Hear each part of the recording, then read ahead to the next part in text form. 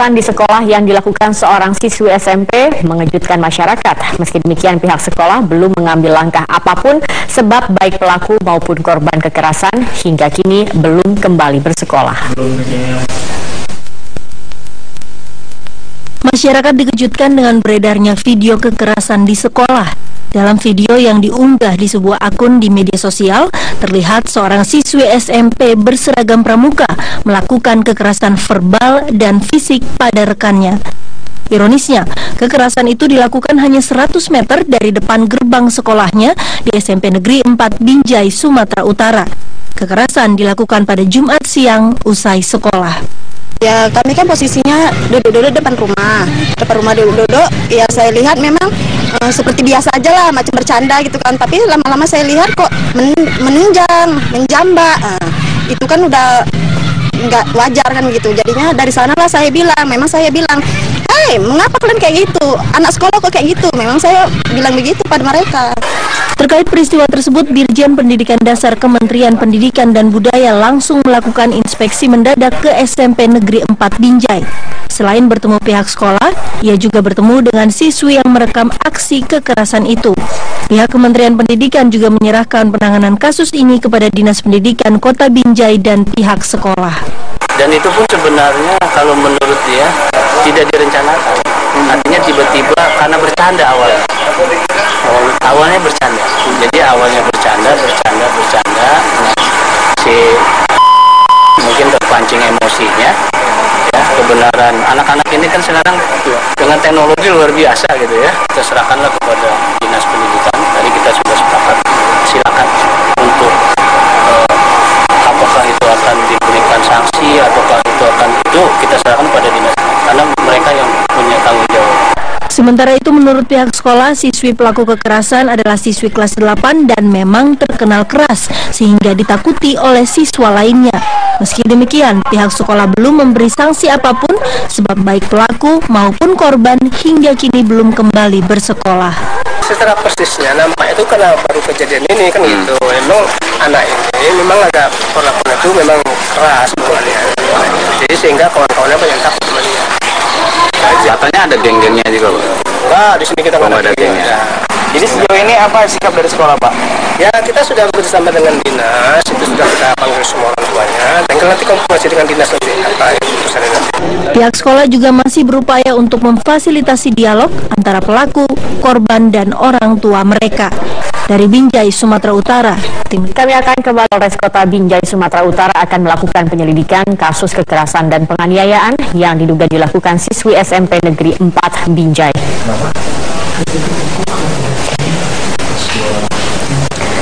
Meski belum mendapat laporan dari pihak korban, namun aparat dari Polres Kota Binjai, Sumatera Utara akan menyelidiki kasus kekerasan yang terjadi di SMP Negeri 4 Binjai. Penyelidikan akan dilakukan berdasarkan alat bukti rekaman video yang beredar. Untuk itu, pihak kepolisian juga akan berkomunikasi dengan pihak sekolah. Meskipun demikian, karena pelaku dan korban masih di bawah umur, maka tidak akan ada proses hukum yang berjalan. Keduanya hanya akan diberi pembinaan. Sampai saat ini dari pihak kepolisian melakukan proses penyelidikan kasus terkait penganiayaan di SMP Negeri 4 Binjai. Sejauh ini kita akan lakukan penyelidikan dan kita akan melakukan panggilan kepada pihak yang terkait, yaitu si korban dan si tersangkanya. Dari pihak korban belum ada melapor, hanya saja dari pihak sekolah sudah kita koordinasikan juga agar mereka aktif memberitahu kepada pihak orang tua korban. Dengan hitung gini itu kan masih dikatakan masih anak-anak kan, umurnya 14 tahun dan 15 tahun. Pada prinsipnya ini kita akan lakukan penyelidikan dan apa motif sebenarnya yang terjadi. Di Ternate, Maluku Utara meletus pada pukul 7:53 waktu Indonesia bagian timur. Gunung menyemburkan debu vulkanik dengan ketinggian mencapai 1000 meter yang mengarah ke timur kota Ternate. Data seismograf di Pusat Vulkanologi dan Mitigasi Bencana Geologi, Pos Pengamatan Gunung Gamalama di Kelurahan Sangaji menunjukkan terjadi 1 kali gempa letusan dengan amplitudo 21 mm. Gempa terjadi 39,43 detik. Kepala Pos Pengamatan Gunung Gamalama, Darno Lamadi, mengimbau warga di wilayah rawan bencana Gamalama seperti di Kecamatan Ternate Utara dan Kecamatan Pulau Ternate agar tidak panik. Warga diminta tetap waspada terhadap perkembangan aktivitas vulkanis Gunung Gamalama.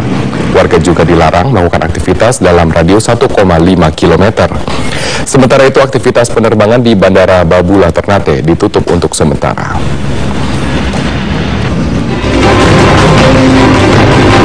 Kebakaran lahan yang melanda kota Palangkaraya, Kalimantan Tengah mencapai titik terburuk dalam 1 minggu terakhir. Pada pagi ini jarak pandang hanya mencapai 50 meter. Sementara di Ogan Ilir upaya pemadaman titik api terus dilakukan. Pengendara yang melintas di Jalan Trans Kalimantan Poros Selatan Palangkaraya, Kalimantan Tengah terpaksa mengurangi laju kendaraannya karena tebalnya kabut asap. Jarak pandang pengendara hanya mencapai 50 meter saja, sehingga rentan terjadi kecelakaan.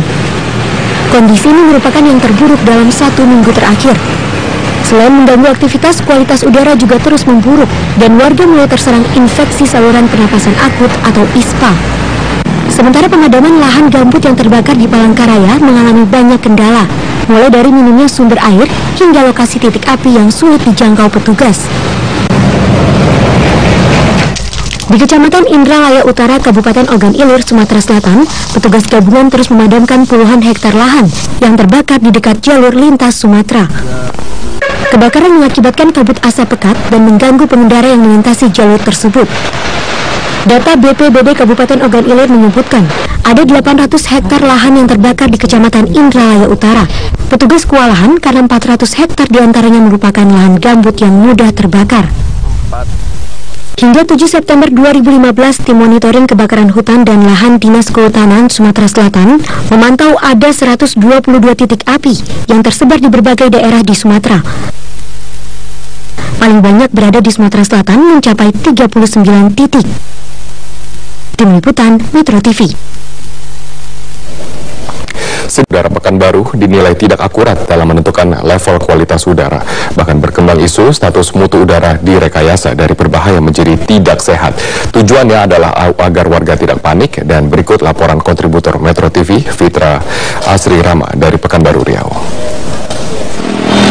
Inilah alat pencatat kualitas udara di Pekanbaru. Hari ini menunjukkan kualitas udara Pekanbaru berbahaya.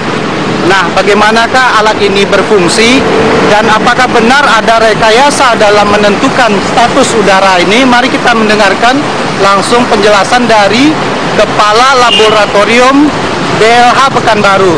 Betulkah itu Pak, ada semacam rekayasa atau men-setting alat itu Pak? Iya, saya mau katakan bahwa begini.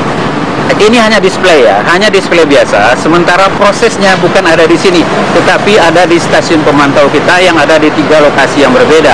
Dari 3 stasiun itu langsung datanya masuk ke server kita di laboratorium, barulah tampil ke display.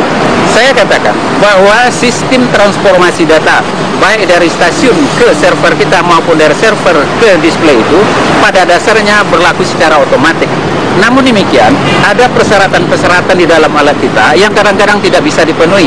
Oleh karena itu, langkah kita adalah bagaimana supaya informasi yang seharusnya benar dari lab kita itu juga ditampilkan benar di stasiun, di display. Datanya kalau mau yang data dalam bentuk printout, silakan datang ke lab kita, dan itu semuanya transparan. Nggak ada kepentingan kita untuk mereka, nggak ada gitu. Demikian tadi penjelasan dari Kepala Laboratorium BLH Pekanbaru, Bapak Saryal. Dari Pekanbaru Riau, Fitra Asri Rama, Metro TV. Menteri Lingkungan Hidup dan Kehutanan juga terjadi di wilayah Sumatera bagian selatan lainnya, yakni di Provinsi Bengkulu. Api membakar lahan Bukit Jupi Kabupaten Kepahyang yang menjadi ikon kabupaten ini. Untuk mengetahui informasi selengkapnya kita bergabung dengan Gadis Biangka di Sumatera Selatan. Gadis, bagaimana kebakaran lahan yang terjadi di Bengkulu? Seperti apa kondisinya saat ini? Ya, Zalil, terdapat puluhan hektar lahan yang terbakar di Kabupaten Kepahyang, Provinsi Bengkulu.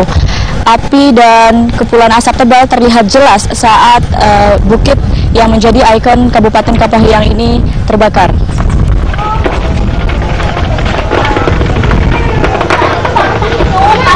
Hembusan angin kencang membuat kobaran api meluas membakar lahan semak belukar yang kering karena kemarau di Bukit Jupi ini.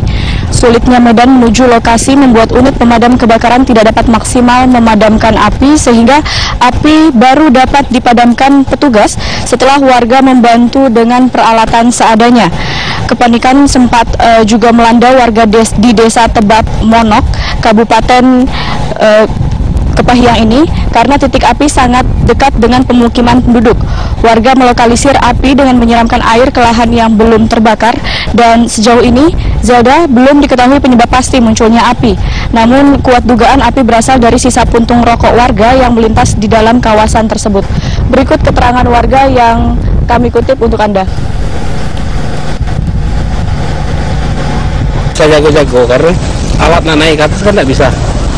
Juga kalau kita nak nyiram ke ini pakai alat berat ke mobil ini BBK tidak bisa. Sulit jangkauan. Sulit ini. Jangan jalan ini sebenarnya. Jago-jago jangan sampai ke perumahan. Demikian Zelda. Ya baik, Gadis Biangka melaporkan langsung dari Sumatera Selatan.